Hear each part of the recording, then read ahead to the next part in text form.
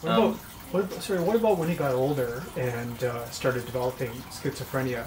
There must have been a lot of these same characteristics that he kept even throughout his illness. Yeah, as he developed schizophrenia, he became more fearful of his surroundings. He became anxious. He became angry. Just every type of emotion that could run through him ran through him, and it was uncontrollable. What about the connection between housing and his health? How did you see that connection? I found when he was in a house with regulations and his medication was up to date and on schedule, I found that his mental health was much better. I guess he had the support that he needed, right? So when he was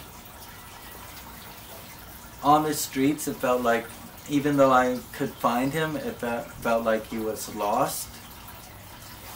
And when he had a physical address, to me, on my end, I felt security for him. I felt like that he was in a safe place to be. I felt that nothing wrong could happen to him. And when he didn't? When he didn't have a shelter, worried all the time. I spent a lot of time looking for him, thinking about him. I spent so many hours just driving up King Street, seeing if I could find him, seeing if he's hungry. A lot of the time he was hungry. He was mentally exhausted from being on the streets. It's tiring in itself, walking all day or trying to. It's like a full-time job trying to find a place to sleep. Right. And during COVID, a lot of the shelters weren't taking new patients. Well, new visitors, I guess, to stay overnight.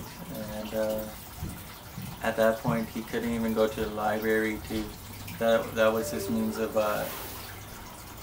connecting with us. Was he'd walk to the library and write to us on Facebook, right, and just tell us how he is, or but once those shut down, it was a very lonely place for him. What do you think about, how is he on your mind every day when you're going to work, or if you're with your family at home, or whatever you're doing? Like, how much is he on your mind?